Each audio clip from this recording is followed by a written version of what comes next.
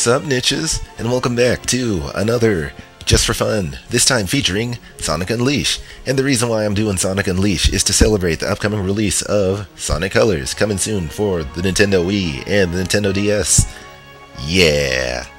But today's mission for the Just for Fun is to try to speedrun through 3 stages of my choice. And, hopefully I do not get my butt kicked like I did that Monster Hunter one, which totally sucked. But first place is Apotos, which is based off Greece. In this game, Act 2, which is the main one. Act 1 is more of a tutorial. And no, I am not doing any werehog stages, so F y'all if you came here expecting that. What are you thinking? Is you crazy? Whatever. Nah. Anyway, Sonic Unleashed. It was a fun game. Aside from the werehog part, but the werehog part was not that bad. It was fairly decent. It really wasn't that bad. It was, it's hard to say. I'm like back and forth on that. I'm on the fence. I'm on the ball. I'm on a roll. Spin dash. Sonic. But anyway, as soon as I beat those werehog stages, I never really went back. I just mostly kept doing Sonic stages over and over again. To the extent where I could remember where most of the things are, if not all of it. Usually most, because I still get my butt kicked occasionally. But, what is it? As far as Sonic Colors go, the game actually came out, or was released in, strange enough, Australia first. I do not know how Australia managed to get that in their hands first. And then Europe second. And then Japan third, and America fourth. How the frick did we get last place in getting a Sonic game? That totally does not add up. I call bullshockery on that. But anyway, aside from god dang Australia getting it first, this game has been getting pretty good ratings all around. That people have been enjoying it relatively.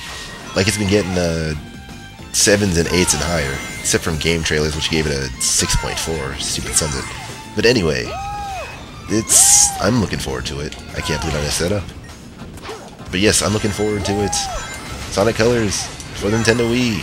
I managed to get my hands on the DS one, and it was kind of fun. It was really fun. Like, if you ever heard of Sonic Rush, it's pretty much like that, except with the power-ups from Sonic Colors.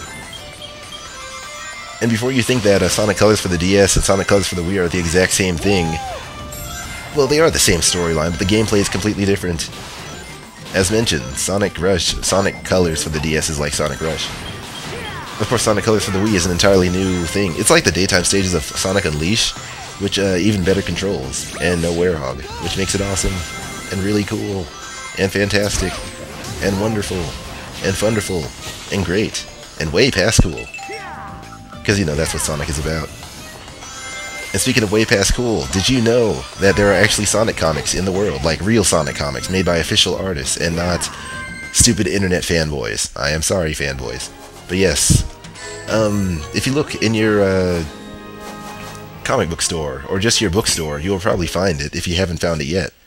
And it's been going on for a good while too, I think since 95, I want to say. And they've currently passed over 250 issues, and they're still going strong. Oh yeah, this stage, Spagonia, which is based off England, which we are doing now, yeah.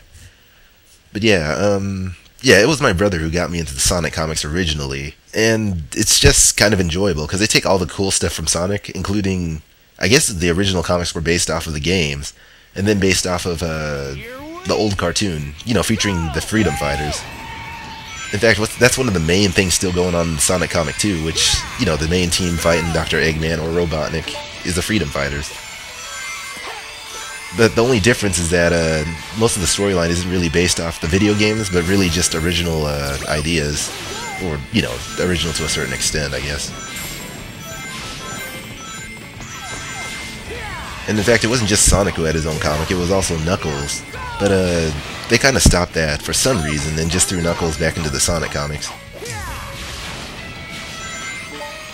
It's actually pretty interesting. I need to go back and find those comics, because I can't believe I died. Wow, that is embarrassing. And as much as I'd hate to do this... Oh, they're starting fresh, alright. I was going to hit restart, but since I didn't hit a checkpoint...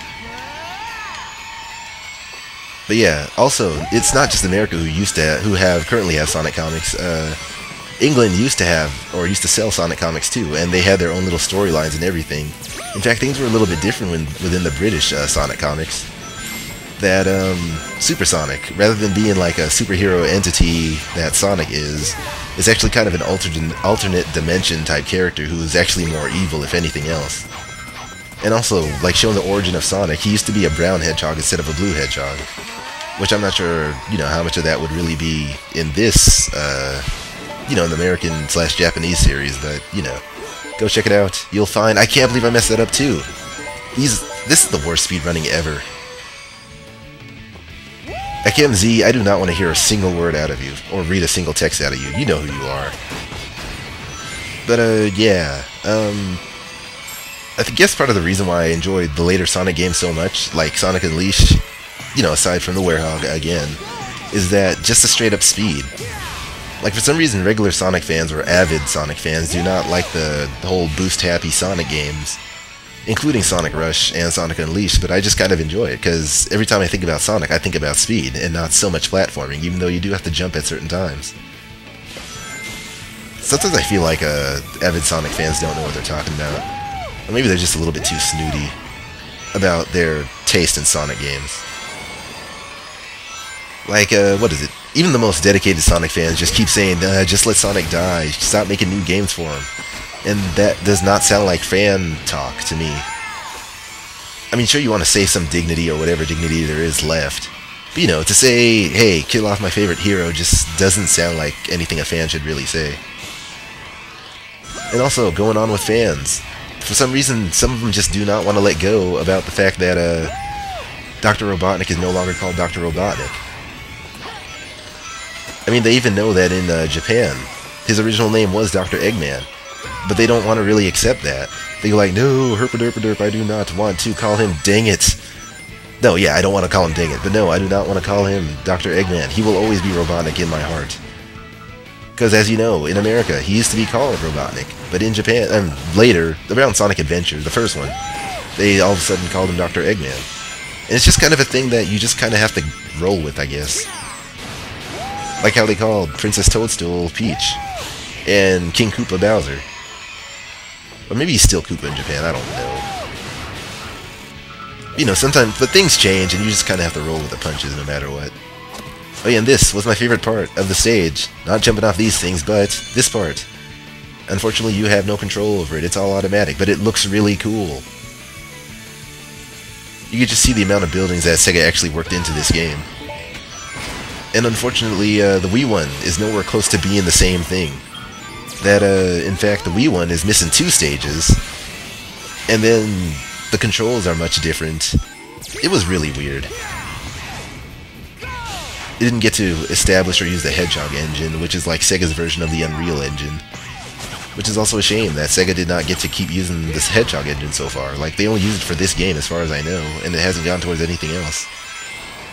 And they were bragging about it, and they spent so much money on it, or I think they did.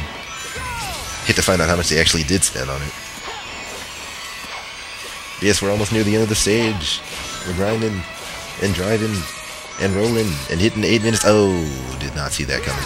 There goes my S ranking. I blame the economy. God dang economy. And no, it is not Obama's fault. Or not that much of his fault. And I'd hate to get into politics, but what people don't seem to realize is that the president does not have, like, ultimate power. He is not a superhero, and he does not call every single shot in America. I mean, I'm really not that big on politics, but at least I know that there's still the judicial court, there's still the Congress of both the House and the Senate. There's more people than just the president calling the shots and doing things. He even has a cabinet, which is not, literally a cabinet, but a team of people who help him out, or try to help him out. And it also does not help with the whole Democrats versus Republicans fight, which I still do not really know the true difference between Democrats and Republicans, but I do not care that much, even though I should learn about politics, but whatever. Enough about politics. We're going to the 3rd stage, which is not Missouri, which is based off Africa, not Empire City, which is based off America, but Shamar, which is based off the Middle East. Screw the Middle East. I'm kidding. We'll go to Empire City. This should be more fun. Not saying the Middle East isn't fun, but yeah, this stage, it's interesting.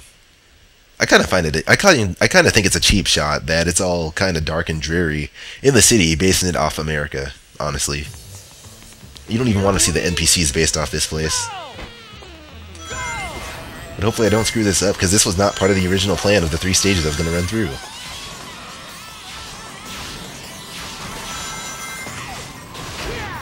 In America.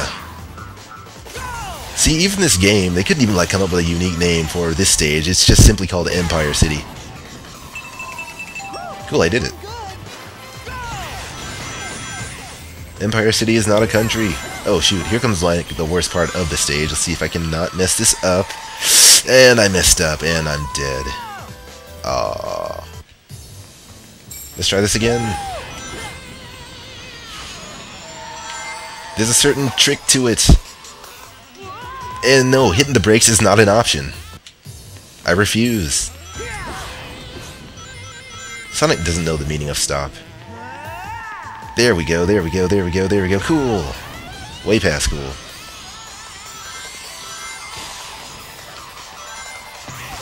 And I'm trying to think of like all the voice actors that actually voiced Sonic throughout the years now. The original one, I think that gave him a real voice. That was quite shocking. And that killed me. Okay, we're running out of time here.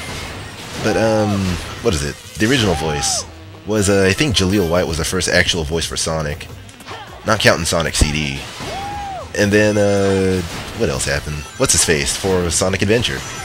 And then, what's-his-face from Sonic X. And then, I guess a 4th guy. So I guess Sonic has actually had 4 or 5 guys to voice him. But if you didn't know, Jaleel White was the same guy who played as Steve Urkel in Family Matters. So, you know, believe it or not, that was the same dude. And if you actually go check out the old cartoons, you can probably actually almost hear the voice now. If not completely. And throughout all the years, Tails has always... Oh, shoot. Alright, Tails has always sounded like a girl. Of course, the new voice for Tails finally sounds like a boy, even though I think it's still voiced by a girl, but that doesn't matter.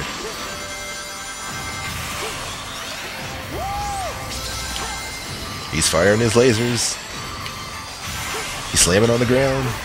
He's firing more lasers.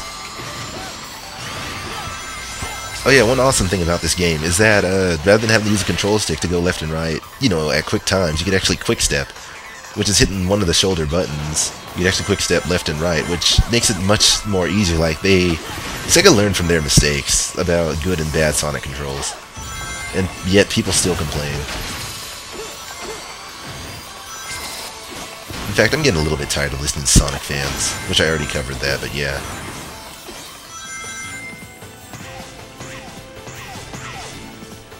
And we're getting near the end of the stage, if I can remember which path to take. Because one thing in Sonic Unleashed is that if you want to get the fastest time, you have to hit the right paths. Like here, rather than going to the top area, there's actually a little part which you actually have to drop to, get to this area, hit the right buttons, or button, and you just got a shortcut. And you jump.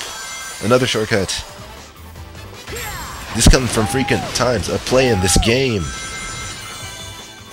And for once, Light Dash did not kill me. But yes, as we're nearing the end of this stage, we jump. We fall. Or stomp, really.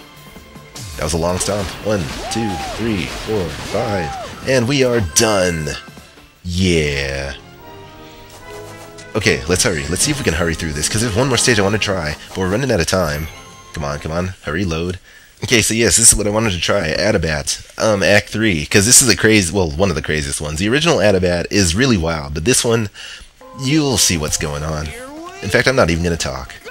Let's see if I can not die from this, though.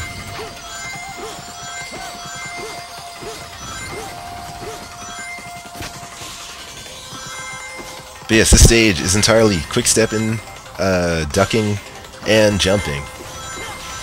Mostly the first two, though.